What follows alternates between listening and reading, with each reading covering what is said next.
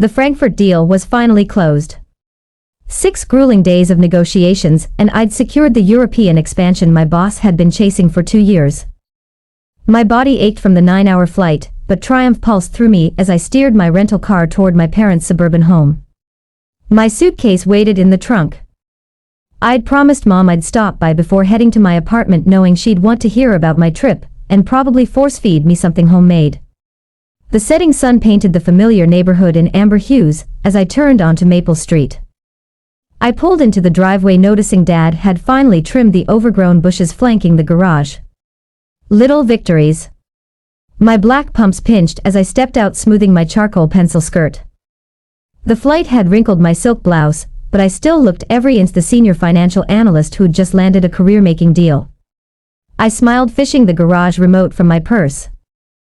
I'd stored my Challenger here while traveling safer than street parking at my apartment complex. The familiar click as I pressed the button. The mechanical whir as the door lifted. Then nothing but empty space where my car should be. No, no, no. The words tumbled out as my stomach plummeted. The garage stretched before me, barren except for Dad's lawnmower and Mom's gardening supplies. My fingers went numb. The remote clattered to the concrete as I dropped my suitcase and rushed toward the house. This couldn't be happening. Not my car. Not my Challenger. I burst through the side door into the kitchen. They were waiting for me, Mom, Dad, and my sister Kendra, seated around the oak table like they were staging an intervention. The silence hit me first, then the guilt radiating from each of them. Dad couldn't meet my eyes. He stared at his calloused hands spread flat on the table. Avery, honey. Mom's voice carried that sugary tone she used when breaking bad news. Don't overreact. Where's my car? The words scraped my throat. Kendra straightened her shoulders. Confidence plastered on her face like one of her makeup tutorials. It's just temporary, AV.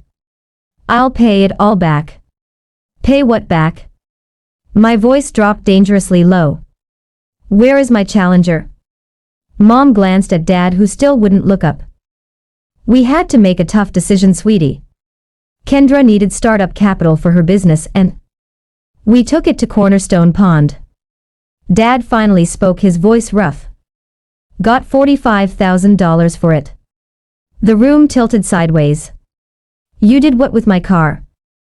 It's a loan against the car. Not a sale. Kendra jumped in. Once my cosmetics line launches, I'll pay it back with interest. You'll have your car back in no time. My mind flashed to the endless nights I'd spent hunched over spreadsheets at Bridgewater Capital. 70-hour weeks for 6 years straight. Saying no to vacations, to a better apartment, to everything while I saved.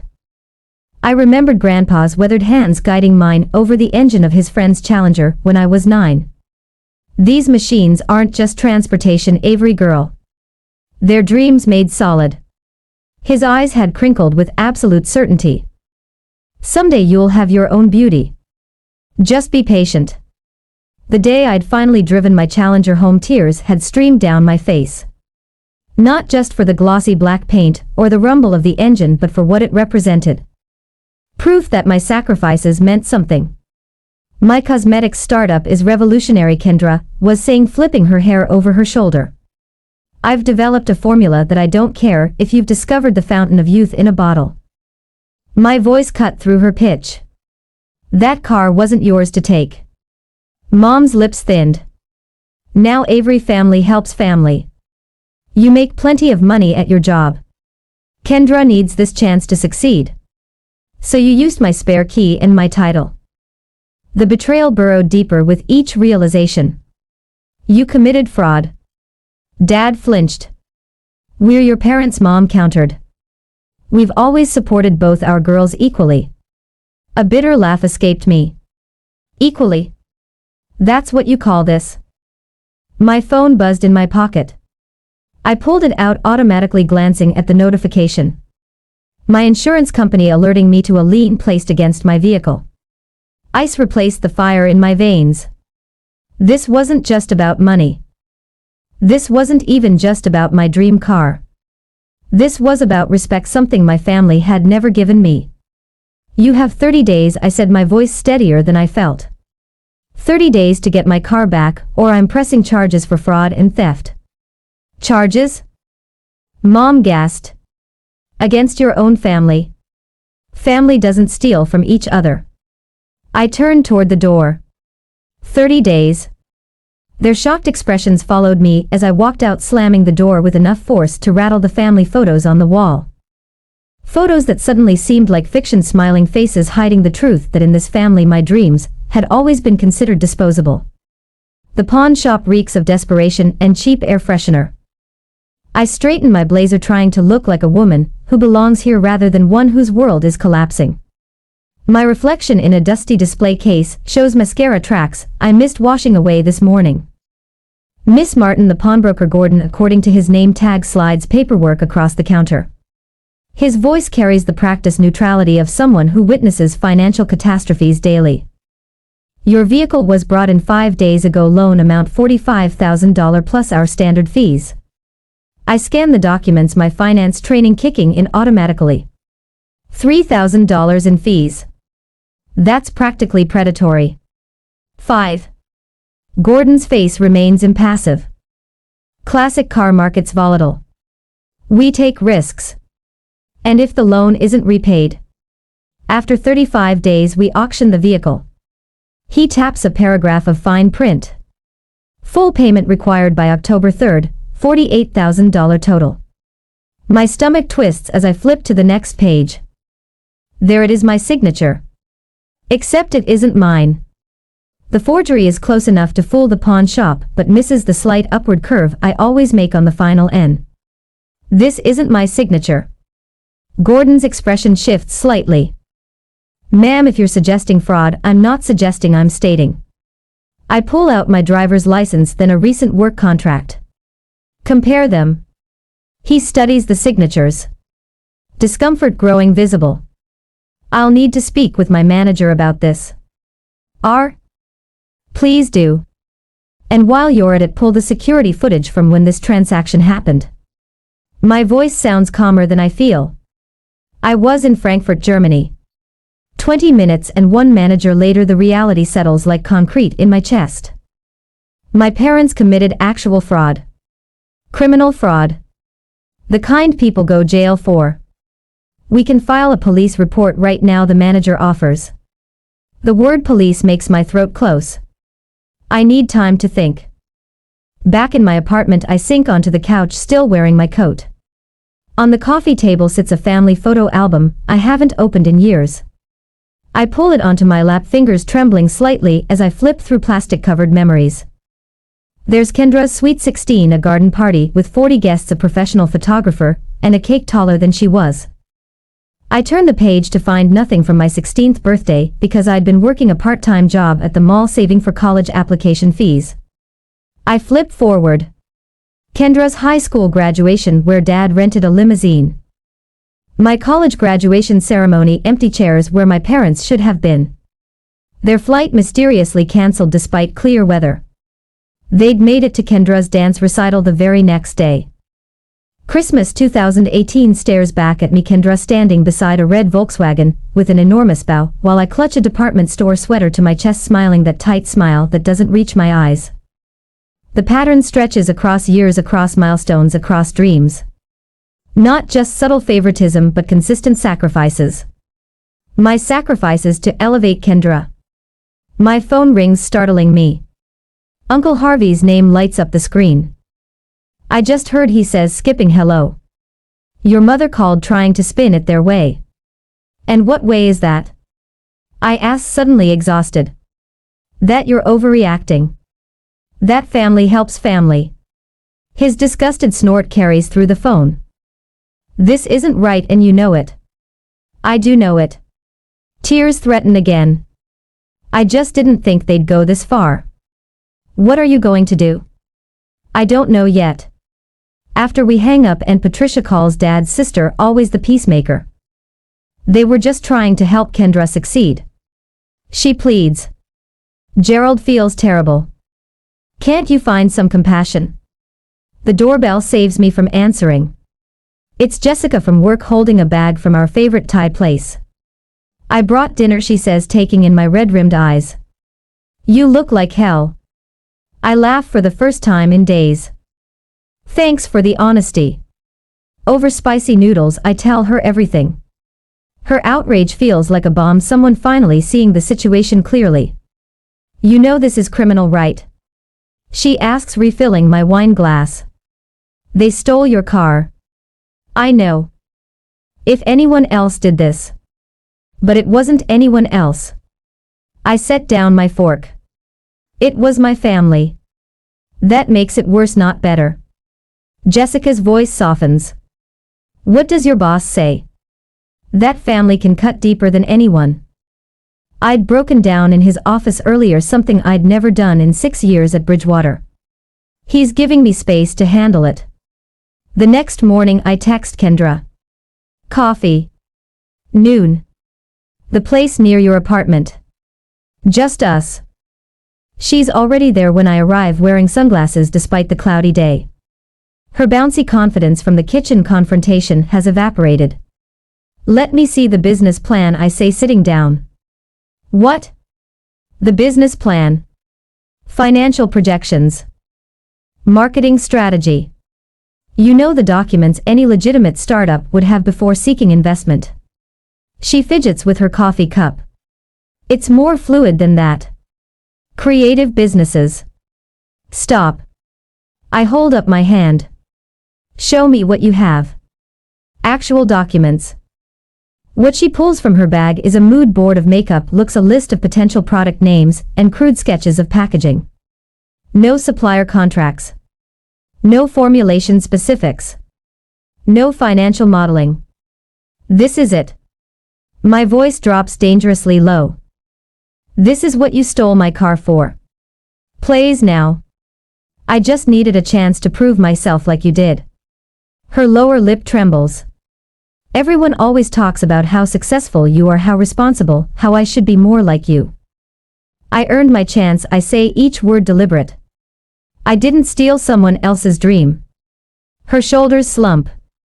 I thought once the business took off I could pay you back with interest, make everyone proud. And now? The first shipment arrived yesterday. She removes her sunglasses, revealing puffy eyes. Half the containers were cracked. Customers are already complaining online. The formula separates after a few hours. Her voice cracks. Everything's falling apart. My phone buzzes with a text. From Kendra.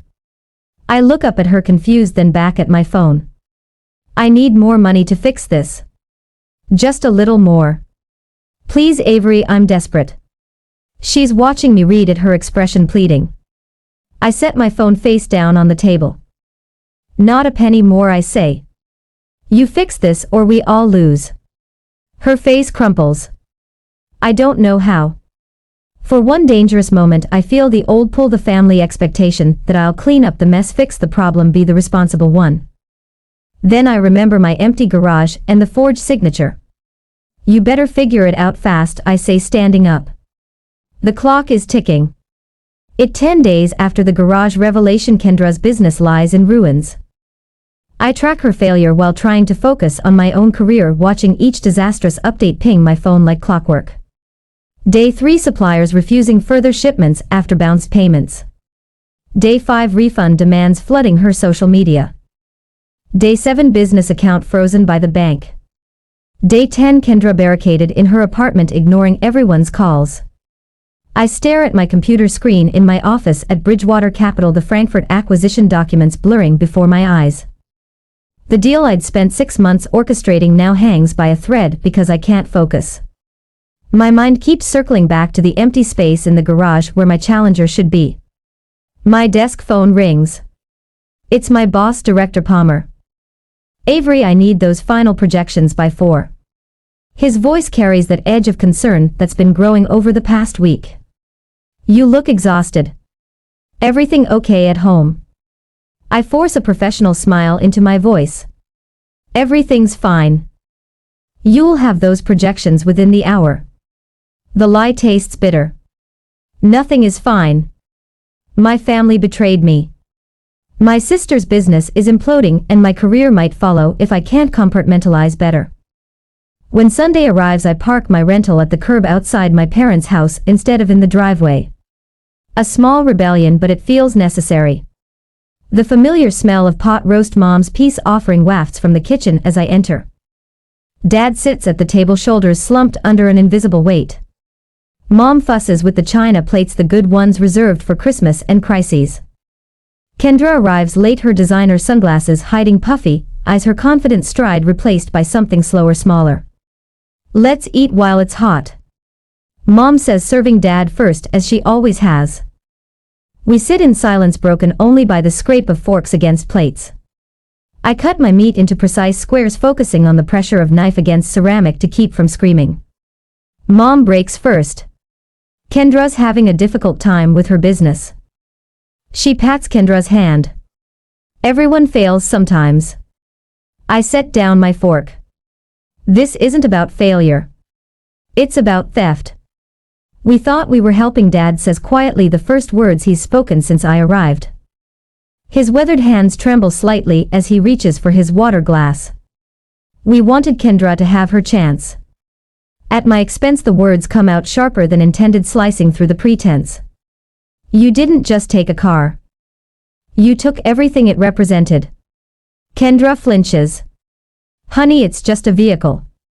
Mom begins. It was 6 years of overtime and missed vacations. It was Grandpa's legacy.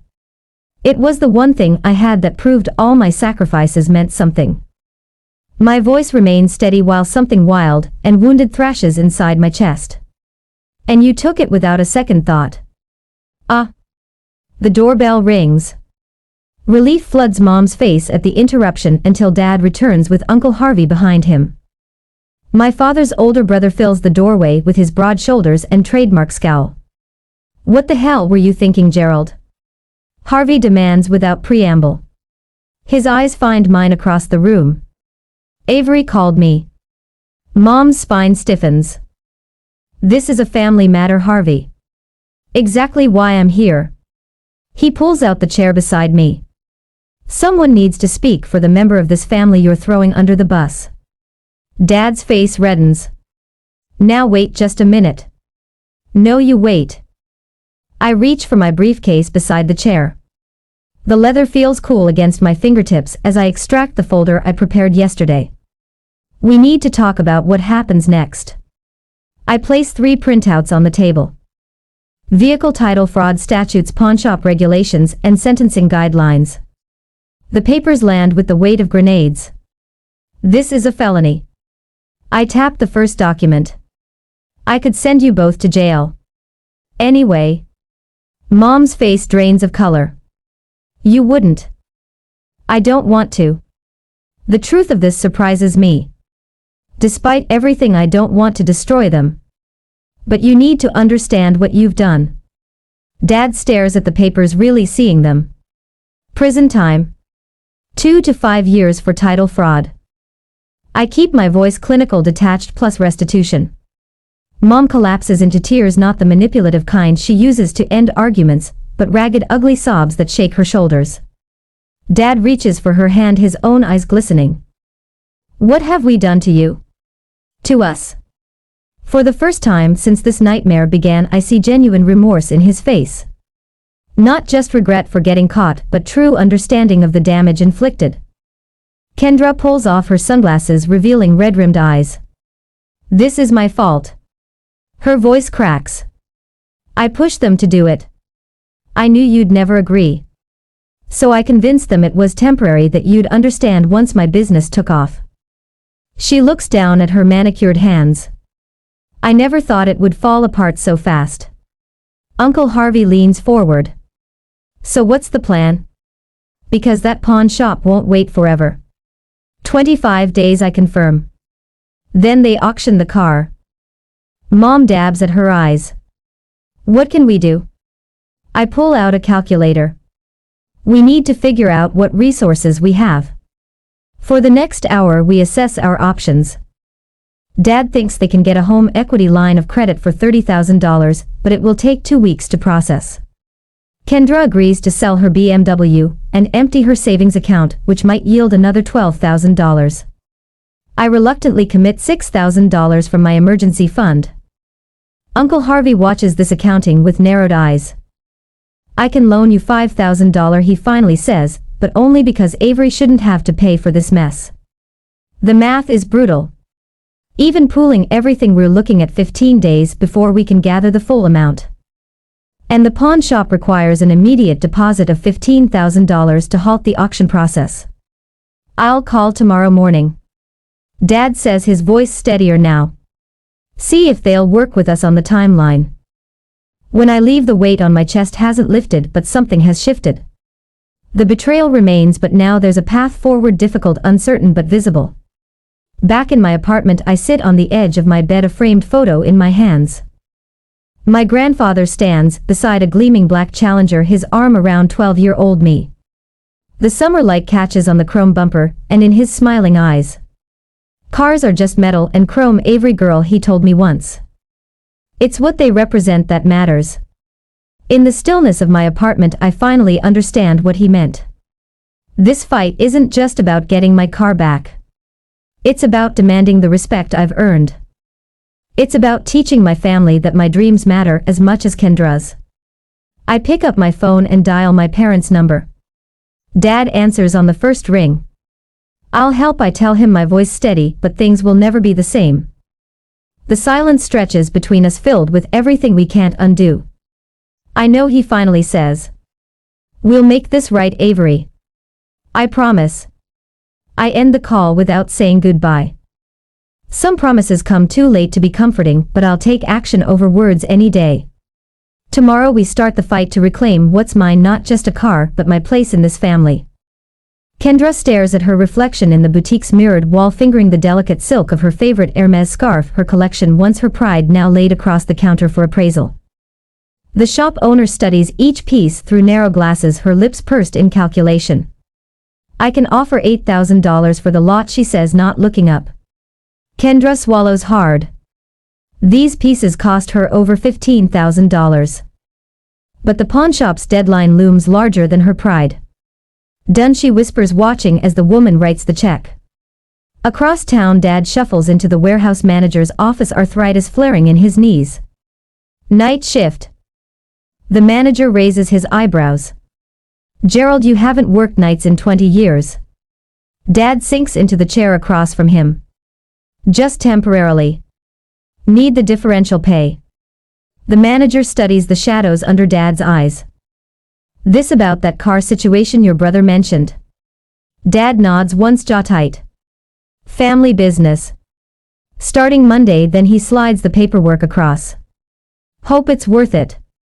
At home, Mom wraps Grandma's silver candlesticks in tissue paper, hands trembling. These pieces survived the Depression, witnessed 50 years of family celebrations. She places them carefully in a box with the pearl necklace Dad gave her on their 25th anniversary. The pawnbroker at Fletcher's barely glances at the items before offering $3,000 to cover next week's interest payment. My own sacrifices come in lost sleep and skipped meals. The Frankfurt expansion demands constant attention, but I'm taking extra accounts, pushing for the performance bonus that suddenly means the difference between redemption and ruin. The deposit receipt from Cornerstone Pawn sits on my desk, proof that our initial $15,000 postponed the auction. A small victory hollowed by the bank's latest letter Helic approval, delayed pending property assessment. They're making actual progress, Jessica says over takeout in my cubicle. Your sister called me. I look up from spreadsheets, surprised.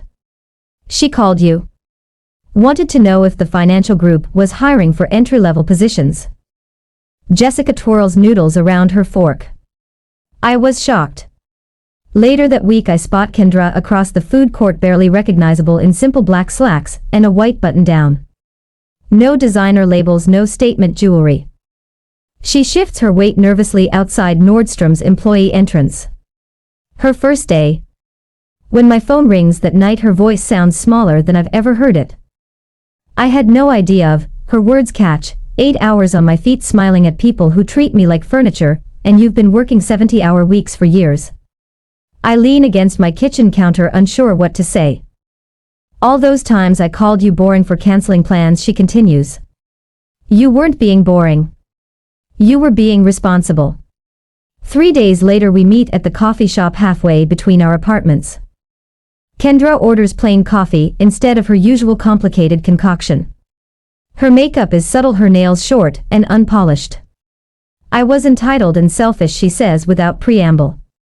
I'm so sorry, Avery. Not just for the car. For everything. I wrap my hands around my mug, feeling the warmth seep into my palms. Pretty words, Ken. I know. She nods. Eyes steady. Actions speak louder. I'm trying to show you now. At my parents' house, Dad spreads bank statements across the kitchen table, the harsh overhead light emphasizing every line on his face. He squints at figures that refuse to balance, adding columns for the 5th time. Gerald. Mom calls from the study. Did you know about these?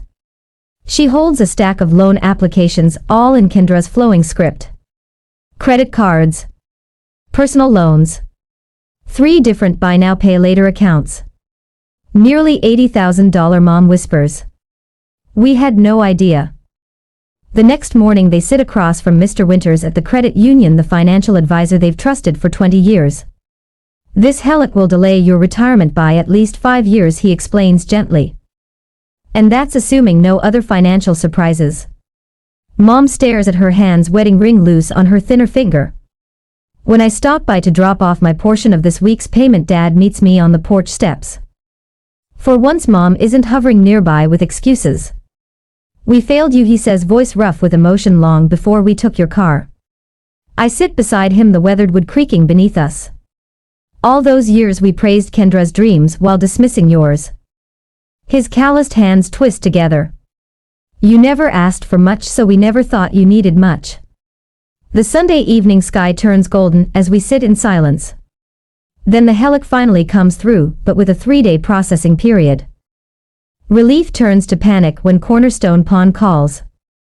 Another buyer is interested in the Challenger, offering cash. We just need 2 more days. Dad pleads over the phone. Business is business, the pawnbroker replies. First money here gets the car. The next 36 hours blur into frantic calculations and desperate phone calls. Kendra empties her savings account. Mom sells her anniversary diamond earrings. I max out my emergency credit line. Still $3,000 short. It's not enough, Mom says, voice hollow, as we gather around the kitchen table. The deadline is tomorrow at noon. The doorbell rings and Uncle Harvey stands on the porch, checkbook in hand. Family helps family, he says, echoing Mom's words from weeks ago, but with entirely different meaning. The next morning we all crowd into the bank, watching the digital clock tick toward noon as the manager processes the wire transfer. Dad's hand trembles as he signs the authorization. At 11:42 the confirmation appears on the screen. Payment received. For the first time in weeks we breathe. The early morning sun catches on the chrome trim of my Challenger as I stand in front of Cornerstone Pawn, gripping the receipt in my sweaty palm. After 30 days of family sacrifices, arguments, and enough tears to fill the Colorado River, we've scraped together the $48,000, every penny accounted for. My throat tightens as I push through the glass door. The same pawnbroker who took my car sits behind the counter, eyebrows lifting in recognition. Miss Martin, he says, sliding paperwork across the counter. Here for your vehicle. I nod, unable to trust my voice. My signature feels foreign as I scrawl it across each line, the pen trembling between my fingers. The broker counts the cashier's check twice before sliding over a folder containing my title and a set of keys. All square, he says, but I barely hear him. My hands shake so badly I nearly drop the keys. Cold metal against my palm, the familiar weight I'd thought I might never feel again. Standing in the lot, I trace my fingers along the glossy black paint, feeling for imperfections, for evidence of mistreatment. The chrome trim catches sunlight, sending it back in blinding flashes. They detailed it yesterday, the broker mentions from behind me. Policy before return. I don't answer. This moment should feel triumphant. Instead it tastes like ash, victory hollowed out by betrayal. Grandpa's voice echoes in my memory. Cars are just metal and chrome. It's what they represent that matters. What does this car represent now? Not just my hard work and sacrifice, but the knowledge that my family saw my dream as disposable. The engine rumbles to life with a familiar growl that vibrates through the seat. Tears stream unchecked down my face as I pull away from the pawn shop, each mile between us allowing another fragment of emotion to break loose. By the time I reach my apartment, my cheeks are soaked, mascara probably tracking dark rivers down my face. But my car is home. 3 days later, my phone buzzes with a text from Mom. Sunday dinner. 5 p.m., your father's grilling steaks. Ciudad Andy. The invitation lands like a stone in my stomach. I consider declining but type back a simple "I'll be there" instead. Some conversations can't happen over text. Sunday arrives with perfect spring weather. The Challenger's engine announces my arrival before I even turn into their driveway. Dad stands by the grill, spatula frozen mid-flip as I park. Mom appears in the doorway worrying, a dish towel between her hands. Dinner is an exercise in awkward silence punctuated by requests to pass the potatoes or comment on the weather. Kendra picks at her food, eyes downcast. Nobody mentions the elephant sitting at the table with us. Finally, Dad clears his throat, setting down his fork with deliberate care. Avery? He begins, voice formal as a stranger's. I've prepared some things I'd like to say. He pulls a folded paper from his pocket, hands visibly trembling. I betrayed your trust. I violated your property rights. I failed in my duty as your father to protect what matters to you. Each sentence sounds rehearsed but sincere, his eyes darting between the paper and my face. Mom reaches across the table, tears spilling. Please forgive us, sweetheart. We were wrong. So terribly wrong. Ah. Kendra straightens in her chair. I've been working at Macy's for 3 weeks now. She says, pulling out a small notebook. I've created a budget plan to pay back my portion. It'll take time, but every penny will be returned. They watch me, 3 faces tight with hope and fear.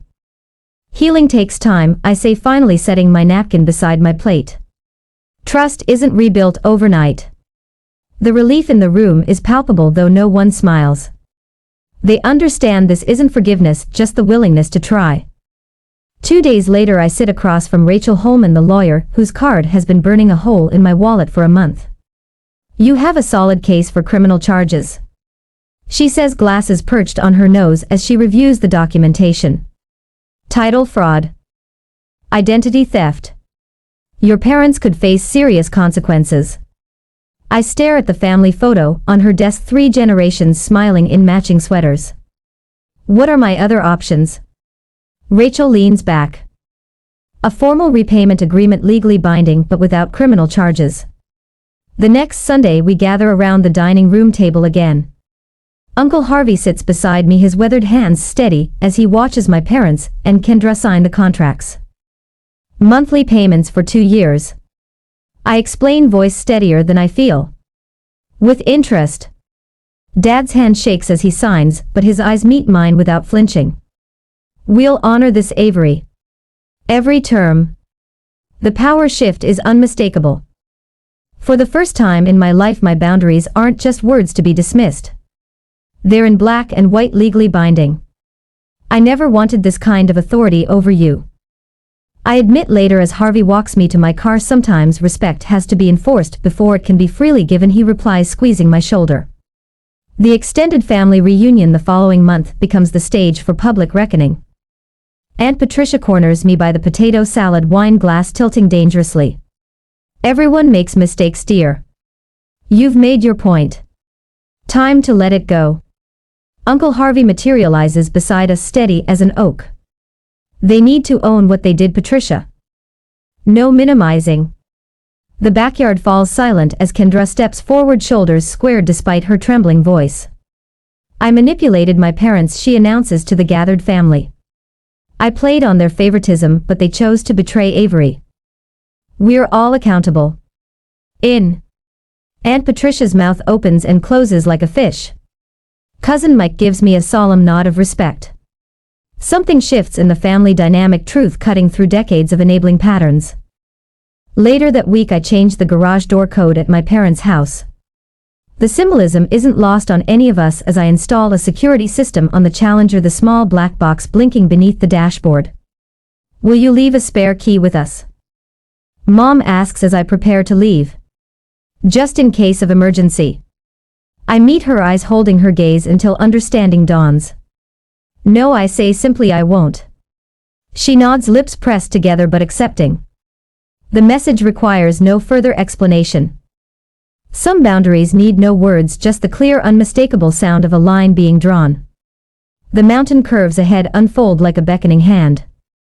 I downshift, feeling the Challenger respond with a rumble that vibrates through the steering wheel and into my bones. The Colorado Rockies rise around me, painted in morning gold. 1 year since I nearly lost her, and driving still feels like coming home. You were right, Grandpa, I whisper, patting the dashboard. The black paint gleams in the sunlight, every reflection a reminder of what I fought for. The windows down, mountain air rushing through my hair, I can finally enjoy this dream, without the shadow of betrayal. My shoulders no longer hitch toward my ears in constant tension. The knot that lived between my shoulder blades for months has finally dissolved. Last week's dinner at my parents' house plays in my mind. Dad led me to the garage before I left, unveiling the small addition he'd built himself, a secure lock space with its own separate alarm system. Your car's always safe here now, he'd said, voice gruff with emotion he still struggles to express. Only you have the code. Mom has learned to ask now, simple things like, would you mind if I borrow your jacket? The questions themselves are small victories, acknowledgements that my belongings aren't community property. Kendra sends me $300 each month, not much against what she owes, but the consistency matters more than the amount. Her apartment is tiny, her wardrobe simple. Last month she showed me her new budget spreadsheet, pride replacing the desperate need for approval that once drove her. I'm learning what you knew all along, she'd admitted. Earning something feels different than being handed it. A sharp curve approaches and I ease off the gas, then accelerate through the turn. The engine sings beneath me. Uncle Harvey rode with me last weekend, his weathered hand patting the dashboard appreciatively. Your grandfather would be proud, he'd said, not just of the car, but of the woman you've become. I signal and pull into the mountain overlook. Below, the valley stretches into forever, trees spilling toward distant peaks. I kill the engine and sit in the quiet, remembering the day I placed fresh flowers at Grandpa's grave, propping a framed photo of me with the Challenger against his headstone. I understand now, I'd told him some dreams cost more than money. The finance class I volunteer with meets tomorrow, 20 young women learning what no one taught me: how to protect what matters, how to establish boundaries, how to recognize when giving becomes harmful. Last month a teenager named Melissa lingered after class, admiring the Challenger. My dad used to work on old cars, she'd said. Before the divorce my mom sold his tools to pay for my sister's dance lessons. I'd let her sit behind the wheel, watching her eyes light up with possibility. Dreams need protecting. I told her, echoing Grandpa's wisdom, but with new understanding. And so do you. The sun warms my face as I start the engine again, the road curves ahead, possibilities unmarked by guilt or obligation. Boundaries have cost me the fantasy of perfect family harmony, but they've given me something better: authentic relationships built on respect rather than expectation. I accelerate back onto the mountain road, windows down, the future unfolding before me like the perfect stretch of open highway. For the first time since I was 9 years old, watching Grandpa's hands on a stranger's car, I'm truly enjoying my dream.